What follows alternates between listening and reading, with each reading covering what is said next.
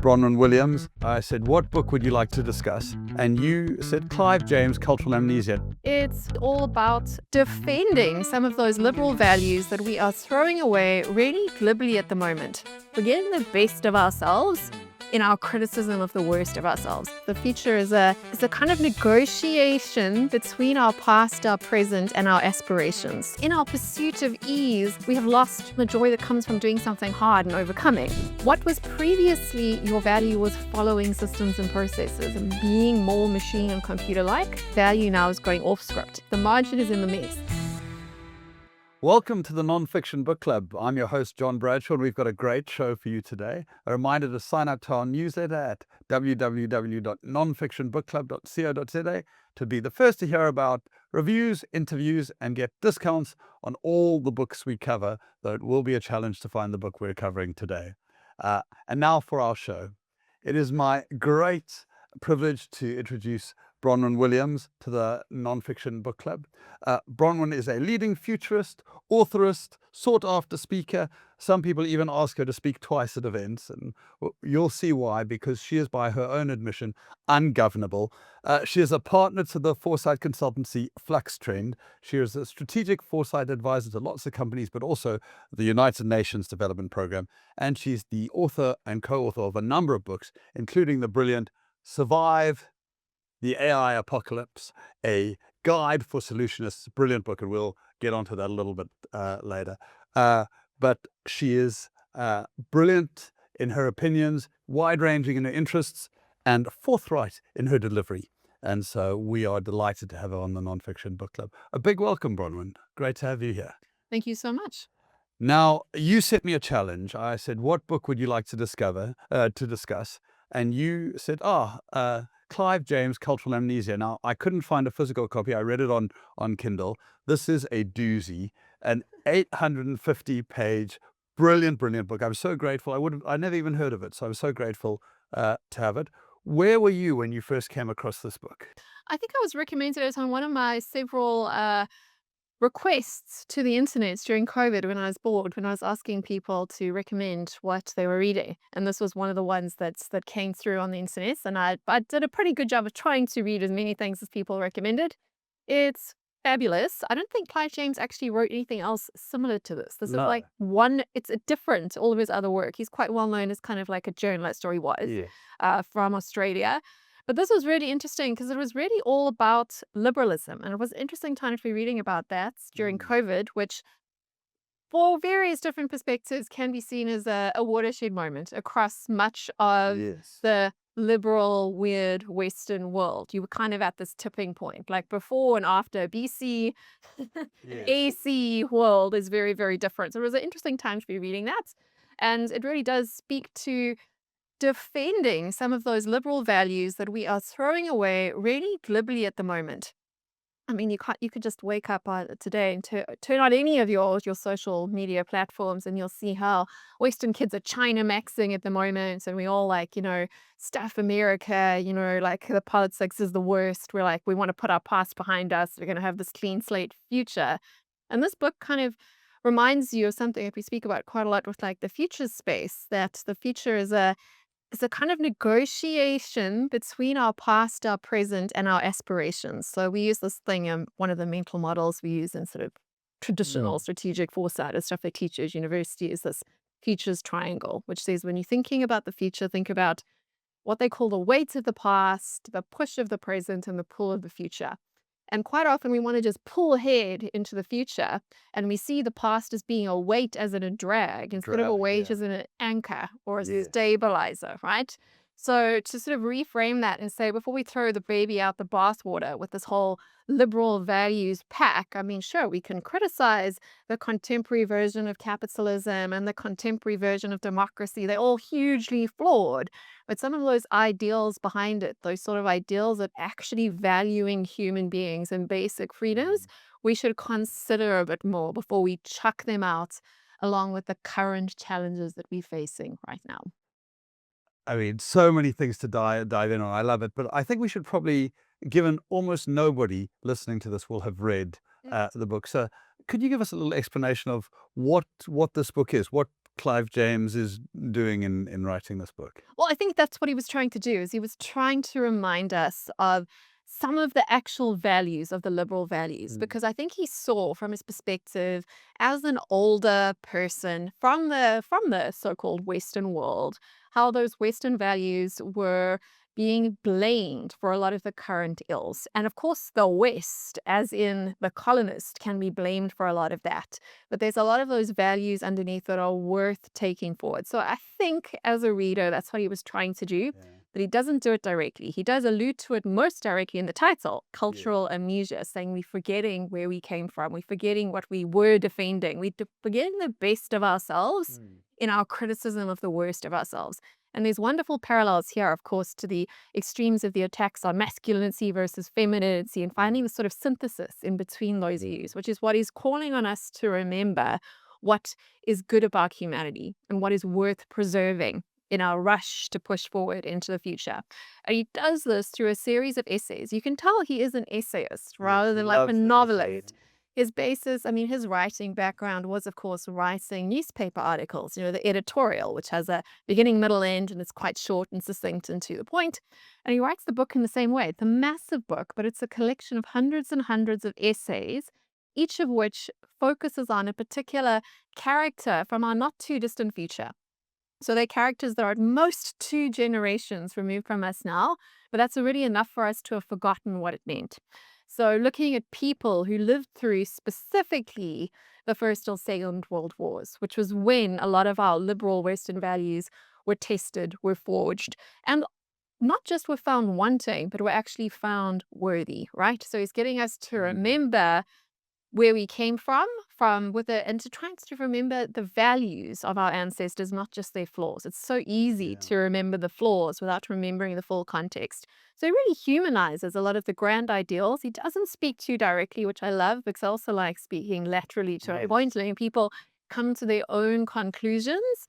But he chooses stories that make a point. He chooses stories of the young girls who stood up to the Nazis and ended up sacrificed effectively, like shot for standing up for their beliefs. And he reminds us that there are people that act based on values, not just based on pure cynicism and transactionalism, which is what the liberal world order has been diminished into in popular culture's view. We sort of synthesize it or see it as being the same as like crass capitalism. And he's saying there's more than that. There was there's a whole other layers there we shouldn't forget. And he, for me, what was so striking is he contrasts those heroic women with, he spends a lot of time on the salons and cafes of Vienna and Paris, and all of these brilliant French intellectuals that were there that just made a deal with the Nazis to be a little bit quiet. Yes. And then redeemed themselves afterwards, but kept their career in France. And that brutality with which he contrasts it. He contrasts all these different characters, those who lived their values, died for their values, and those who didn't, those who chose the pragmatic route. And he kind of points to the limits of a value-based order that in a society is not prepared to pay the price of those values. Not prepared to pay. And this is one of my favorite topics, the difference between like a real value has a price. And this has become so disconnected in our current discourse, where everything is so brittle and transactional and values are substituted for price. And he's saying he just contrasts that so beautifully, beautifully. Because it does feel like he's a little bit depressed that liberalism and humanism were so unable to stand up to tyranny, right? It does feel like the way that Nazism swept through France, he would have hoped that there would have been more people willing to make that sacrifice, and yet they just yes, you see the disappointment, but at the same time you also see the hope in the characters that he chooses that don't sacrifice. So he proves that it's possible, which is again such a wonderful way to look at humanity, like especially in this age of AI, where we've been told to sort of like, we're not as good as the mean machine. And I call it the mean machine because it is a machine of averages. So we can have a nice pun about that. And then we should just defer our thinking and our choices to something that's at least on average better than us. And, even you got people like, of course, old Dawkins, who are saying that the fact that Claude can convince you that it likes you is proof that you are not as magical you are no more magical than the machine. And we start to believe that, that's awful. What Clive gives us is just enough of a glimmer of Yeah. hope that there's a degree of freedom in your free will. Yes. And that's all you need. That little crack where the light gets in is how those values are preserved, even through the darkest of times. And that's And I when think magic those are happens. the sorts of things that he wants us to remember. That even if the majority does become more and more transactional, those few people who actually truly do believe in their values and understand how invaluable and priceless they are what makes humanity worth still believing in. I mean, I love your point of that actually values must have a cost, Yeah. right? That, and I think we've lost that a little bit. So much so. We expect if you have the right values, then it'll be costless. But actually, we should expect The when other we way around. hold a value that it'll come at some personal cost to us. Exactly. So I've got a great personal story on that. Not to sort of be too personal, it's No, great. not what I am, but like my parents were conservative little Methodist Christians, and they decided to send myself and my sisters to what they thought was a Christian school. They were very naive, conservative Christians. It's important for context. But they sent us to school. It was run by American evangelicals, and I don't think the South African Methodist mind can comprehend what a evangelical really is. It's a whole different thing. The prosperity gospel is like the opposite of the Methodist view, which is Yes. very Protestant, and Which it's is all about hard work and frugal sacrifice and and giving to others and not giving to yes, yourself. And they just assume that's what Christianity was. that's where But they were sending you. instead, they sent us to this prosperity gospel school. You had the American pastors come through. They come and preach the prosperity gospel, which was all like, tie to the church like a Tupperware scheme and you'll get more money back out. Buy the Bitcoin, it'll grow in value. Like Oh, so if you got to recognize the schemes at I that love early to see age. the difference because you had one set of values at home and the other set of values at school, and the messages were so different. The messages that we heard in our house was you give because it's the right thing to do, Mm, because giving is the end. Whereas the message we heard at school was giving is a means to yes. getting rich. And this sort of narrative has seeped into so much of the bastardization of these values that we should be preserving as ends in and of themselves. So we see this in the US, where we have this bastardized version of evangelical Christianity that's made its way into the White House, which is this prosperity idea Yeah. that if you do what we say, you're going to get rich, Yes. that values don't have a price, that, if you do what we say, you're going to get more of what you want, which is very dangerous. And we see this in the secular world too, with the ideas around things like diversity and equity and inclusion and ESG, which again, people don't always hear me when I make this point, but it's very important we understand. And that for the last while, really for as long as I've been in the working world, we've had people tell us if you invest in diversity and ESG, your profitability will go up. Yes. ESG and DEI is a means to shareholder value, and that is not actually true. Instead, values have a price, and if you actually do give a damn about people, about the planet, you must be prepared to sacrifice shareholder value in order to preserve the things that you hold dear. And there is a real value, an intrinsic value, far beyond shareholder value. It's a much deeper value that comes from investing in your values, but it's not the same as the superficial kind of millennial idea of the sort of purpose-based business, the purpose equals profits. If you are investing in purpose in order to get profits, you have missed the entire point. So fantastic. The this idea of doing the right thing because it's the right thing, Eh, even at a business level, Which is the expecting, point he's trying to make. The yeah, difference between the superficial intellectuals that sat in their fancy coffee shops and spoke the right thing, but when push came to shove, they sold out. They were pragmatic they were pragmatic, and it rather was than easy to convince purposeful. Yeah. themselves to say, "Well, I would have never got the chance to give Yeah, my you can gift to the always world." justify it. You can always justify. Uh, I wonder when you think about businesses like that, it feels to me that in the short term there might be sacrifices, but that businesses that treat their people well, that treat their suppliers well, are more robust in the long term. In the long run. But In the in the long long run, run, as they say, we're all dead, we're all right? dead. So if you're doing it for the reason of profitability, Yes. it's the motivation behind, then your values aren't values because they don't have a price. If it's a value, it's something that you would hold on to for any cost. But if Yes. it's not a value, if you're doing it as a merely as a means because it's popular this year, then it becomes really, really brittle. And that's exactly what we saw really over the last couple of years ago. Whereas kind of before COVID, we saw a lot of businesses, especially in the UK and in Europe and in, of course, the US, again, this Western Yeah. world, that invested heavily in these sustainability programs for both people and planet. And as soon as after COVID, the kind of easy money flew away, and they were left having to actually make choices. Now, because you weren't making choices out of abundance, you're making them out of scarcity. What were the first things to be cut? People. Those very same programs, right? Because we hadn't understood and back double down on what our actual values are. Actual values have to withstand the tides of the market if you have them. And if not, you have to just be very honest. But actually, you're just a pragmatist and you are maximizing for shareholder value, nothing more, nothing less.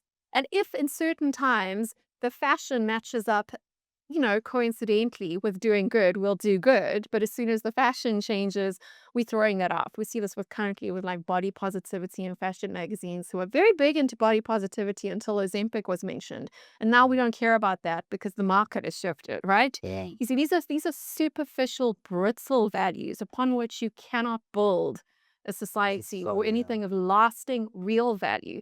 But it gets more than that because what I'm really getting to is that shareholder value isn't necessarily the value that anybody wants to maximize for. And this comes very No. much back to our AI question, Yeah. the questions of what we really do value, what we really do want. And what Clive points towards, what we try to point towards too, is that ultimately with people, we get what we really want. And my question is to businesses, to workers, to individuals, do you actually know what you want? Because you're probably going to get it.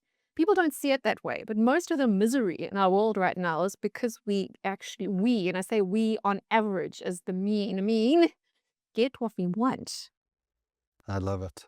Look, I love your phrase brittle because Yeah. it feels like anything that's built on the motivation of the results, consequentialism, utilitarianism is so vulnerable to Mm. tyrants who can say, I will do this terrible thing unless you do this slightly less terrible thing. Exactly. And so we're always going to get put in the corner. But let's jump forward a little bit because I can feel we're wanting to get into AI. I love this idea of we get what we want. One of my favorite quotes is a system is perfectly designed to get the results it's currently getting. Right. Correct. So you can look at the results, it may have not been an intentional design, but that's how it's designed.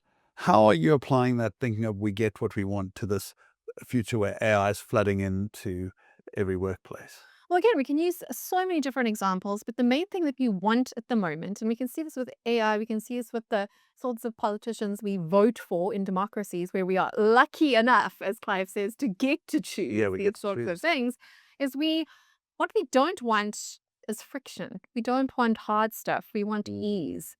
But ease comes with consequence. So ease when it comes to food, for example, comes with slowly getting fat and flabby because, of course, it's easier to remain on the couch than it is to put on your jogging shoes and go for a jog through the Cape Town southern suburbs. It's harder to do that, right? So ease, we get the ease, we can have it, but it comes with consequence. Where there's a health consequences, where those are aesthetic consequences. And instead of resolving the underlying issue, we invent our drugs like our Ozempics and our Wegovy so we can be skinny, but we haven't actually solved the problem because now we kind of kick that can down because now in our pursuit of ease, we have lost joy, depth, and the joy that comes from doing something hard and overcoming, right? Yes. And that's just in our personal lives, which is often a lot easier way to kind of understand these concepts, but in our work too.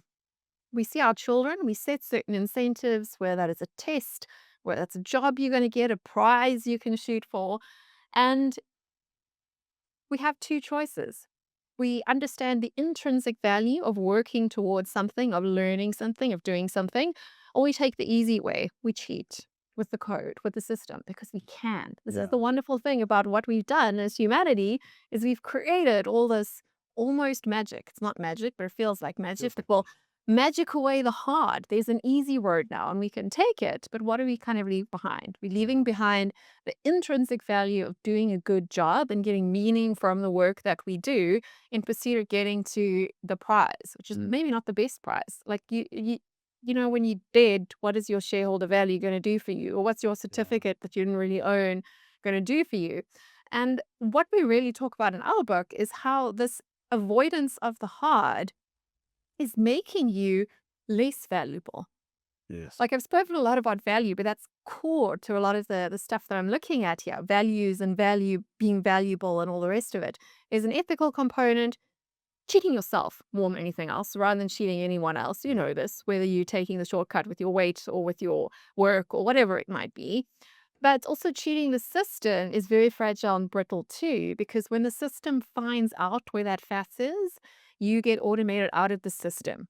So although it's easy in the short run to take the soft route, in the long run, that's not where value lies. The value can only even be extracted as long as nobody notices. And what is happening at the moment is a lot of people are noticing. Yeah. Like, people are noticing in two ways. Firstly, through technology.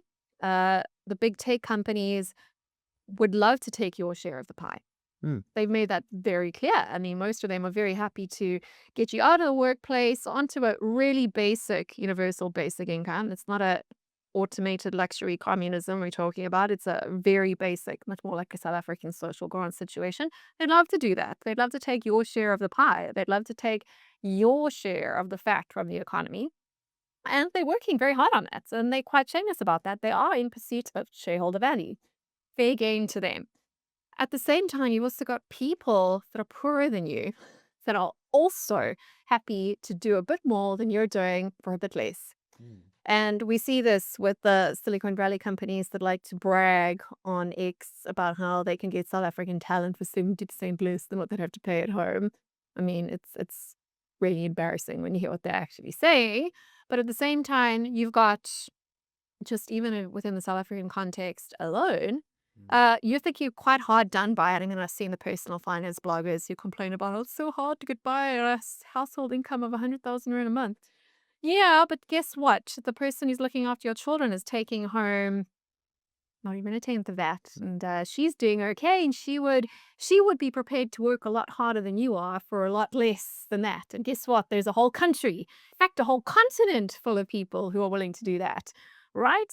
And this is the contention here. Our book very garishly on the cover says "Survive the AI Apocalypse," but my contention is what I'm really talking about here is the AI apocalypse is this unearned privilege apocalypse, Yeah. which worked very nicely for Western man. It was mostly man, it was mostly in the West for quite a long time. But any unearned privilege is like a kind of fattened cow or pig.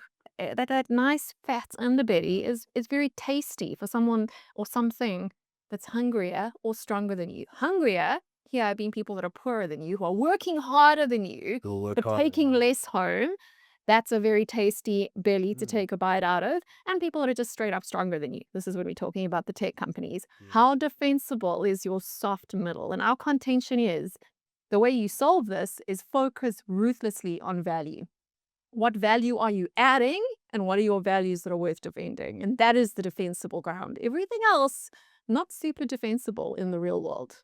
So I have no doubt that some people listening to us right now are hearing about this unearned privilege apocalypse and saying, "Oh, Not me.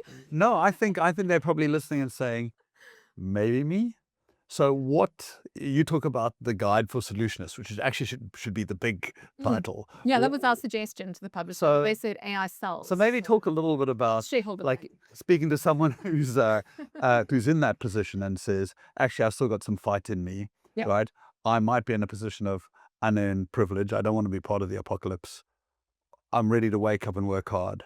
Where do you start? Yeah, on the practical sense, on the ethical sense, it's what I've said. You want to find defensible ground, which is something that aligns with your values and also that you are contributing value. But if you want to be valued for your value, because you kind of got those three parts, you've got your values, the things you will and will not do that are your lines that you won't cross so you can sleep at night. There's the actually adding value, knowing you're not cheating, knowing you are actually doing something on value to another person. But then there's also the piece of being valued by someone else. And then we can get a bit more practical. And the simplest way to kind of boil down the whole sort of solutionist model that's detailed in the book is this idea that tasks and jobs that are legible are effectively valueless. Legible basically means the task can be codified. or Mm. digitized, which means it can be replicated. Yeah. And if it can be replicated, it can be automated. Not just your job, but that same job in every organization across the world. That's quite a dramatic thing to say, but it's the truth. So Yeah. if it's legible, if it's digitizable, if it's replicable, it's not a defensible store of future value. This doesn't just go for tasks or jobs, it also goes for organizations and industries. We see this a lot with corporations, especially ones who want to spend a lot of money investing in AI right at the beginning. It's a hype cycle, everything's going on. You have to understand that your tech stack, the hardware and the software, is not a competitive advantage. It is a baseline, and it's a new baseline of increased efficiency and increased competition, but it is never going to be actually defensible margin.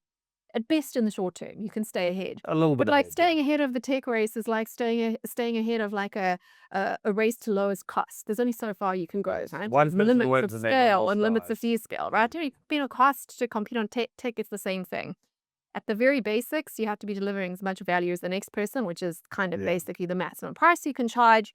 And the very basic, you have to be investing in the same tech stack as everyone else because it is a kind of one takes all kind of some gain there at the individual or the organizational, even the national level. But it's not where your actual value lives. Your value lives off the ledger. Mm. Everything else In the becomes messiness. deprofessionalized. Yes, the margin is in the mess. That's the sort of like the simple way to think about it. But effectively, your role at any level, whether you are a customer service agent on the front line, earning the least amount of money, even though you might be generating the most value for the company, all the way through to the CEO, what was previously your value was following systems and processes and being more machine and computer-like. That is radically shifted in a dramatically short amount of time. And the value now is going off script, challenging, changing, checking systems instead of optimizing and managing systems, right? Very different way of thinking about your work. So you think about the call center person used to be managed on following a script, going off script, taking longer, deviating from the standard, 30 seconds per call. That reduced your value. Now, staying on script, that person might as well be just dealing with a chatbot. Yeah. You don't actually have any value following a script. But if you're able to solve a problem by initiative, by going off script, by giving that employee some degree of freedom, that person becomes more valuable. Yeah. Does that mean there's more jobs in that call center? No, but it does mean the ones that are left are better paid, better valued, and hopefully more fulfilling for the person doing the job too.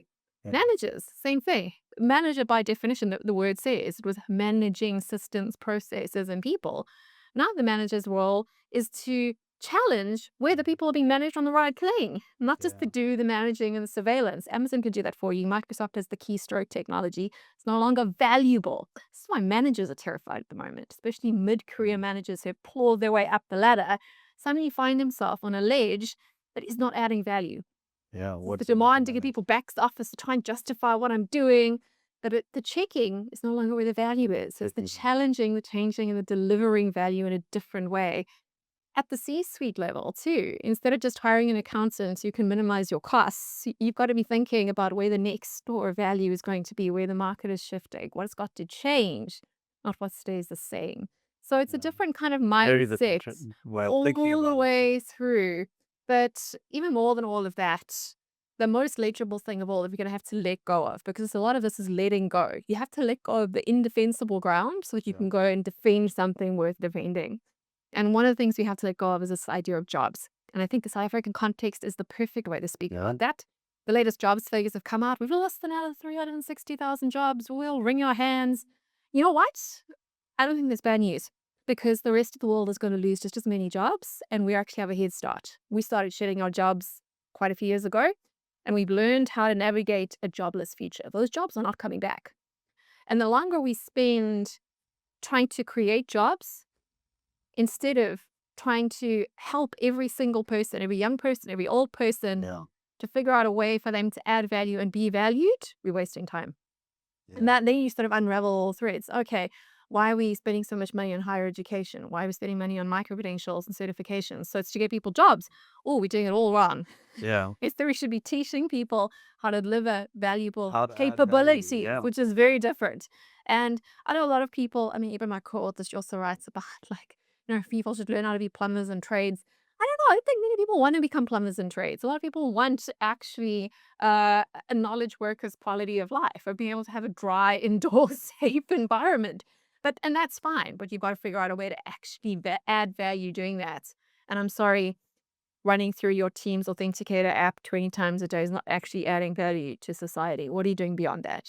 That's the question, the reckoning, the kind of come to Jesus speech every single person needs to have. If we start challenging our 5, 6, 7, 11-year-olds to think that way, to think about what value am I going to add to society instead of teaching them at the age 5, 6, 7, 12, what job are you going to have when you graduate? We raise a Wrong very different question. group of children. I mean, it's so interesting because as a now Mm, mid 40-year-old who's had seasons in corporate and seasons uh, building a mm. smorgasbord of things to put together, there are two big things. One is the skill of selling and billing and all those things that you don't even have to worry about in an organization, which you have to do as soon as you're jobless but creating value.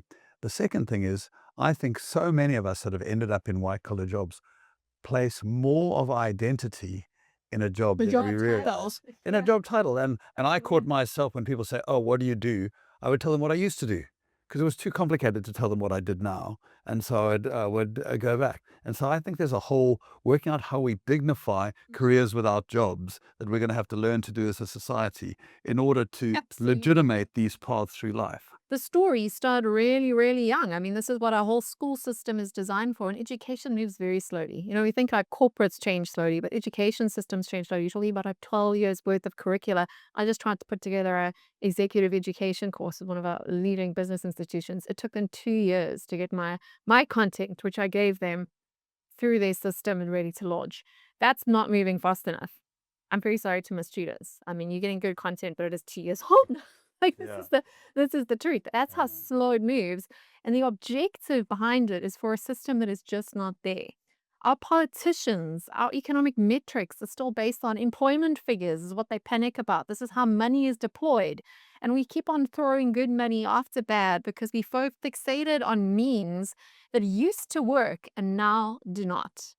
Right? And that also has to be unpicked all the way down to the individual home level. Because again, your mother was a bit embarrassed about you if you were like, an entrepreneur instead of having a job. I mean, don't you probably just about sort of young enough or old enough to remember the original Father the Bride movie, where the Mm. whole like plot point was the fact that this new son-in-law was like an independent contractor. And they were like, that means he's poor, but he's not. The whole joke is that he's actually very successful. And it's a great sort of future preview of where the world is shifted on notions of what's safe and what's not safe, what leads to security, what doesn't lead to security, what leads to status, what doesn't lead to status, need to shift.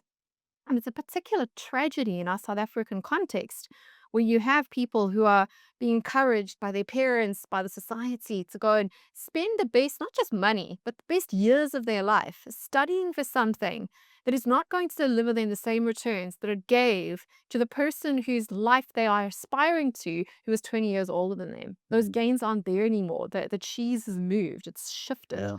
Yeah. And the quicker we understand that, the more we can let go of the sunk costs and go do something valuable. My fear is that we hold on to that indefensible ground, and with every day we holding on here instead of building there, we're setting people up for more failure. Sure, Me we and have myself. we have flown through our 30 minutes. I mean, so much that I would still love to talk about. I guess one of the things that strikes me is I think we might need to get a bigger appetite for conflict, whether it's Yeah. internal in corporates or not. Because when I think Yes, that's the what mo- value is. the most value is in the conflict. So what I always say when we're setting up an executive team is we're setting up for high quality conflict, right? Because what that is a competition of interests. The marketing guy cares about the customer. The ops guy cares about simplicity. The head of buying cares about actually making some money for the business. And it's in that conflict that the good solutions emerge. And that's actually something that's very hard to codify and put in a process. So what you're saying completely resonates with me. I'm sure there's some people listening that are completely terrified now or have switched from listening to us at double speed back to 1.5 just because of the speed we've been flowing. Uh, One thing that somebody who's got motivated after hearing you can do next week to become more solutionist Yeah. in what they're doing. Well, we have a free test on our website. It is a self-audit. It's entirely free. I'm not selling you anything. It's called the Bullshitometer. Go start there. It is a sit down with yourself, look at yourself in the mirror. I always say if you want to change the world, you have to start by understanding it. And the first thing you understand is the first thing you got to understand is yourself, right? So you got to sit down and have a good hard look at yourself and figure out what it is you need to let go of. Where is the bullshits in your current job that you are trying to defend and hold on to? The sooner you can cut that out, even automate it. I'm not like against AI at all. I'm a complete technology agnostic. Use it for what you want. Don't use it for things that are going to reduce the value to yourself and the value to the world. Cut it out, let go of it, and go refocus yourself on where you can actually add value. This is as simple as it gets. You got to cut out the waste and you got to focus on where your actual value is. And those sound very simple, but it's very hard. We start you on the journey, take the test. It'll give you a pretty good clue as to how at risk you are of this unearned privilege apocalypse. And coming back to Clive James, cultural amnesia, be prepared to pay the price for the values you hold. Absolutely. It's a great Fantastic. way to tie it together. It's all about value. Thank you so much for being on the Nonfiction Book Club. The book we started discussing was Clive James, Cultural Amnesia. If you're interested in being a solutionist, Bronwyn and Sharon's brilliant book, Survive the AI Apocalypse, is available at all good bookstores, including exclusive books. If you sign up to our newsletter, you'll get 10% off. So that'll be an excellent read and starting to get your mind set up. Thank you so much, and good luck explaining to the world all these big thoughts. It was wonderful to have you on the show. Thank you. Thank you very much.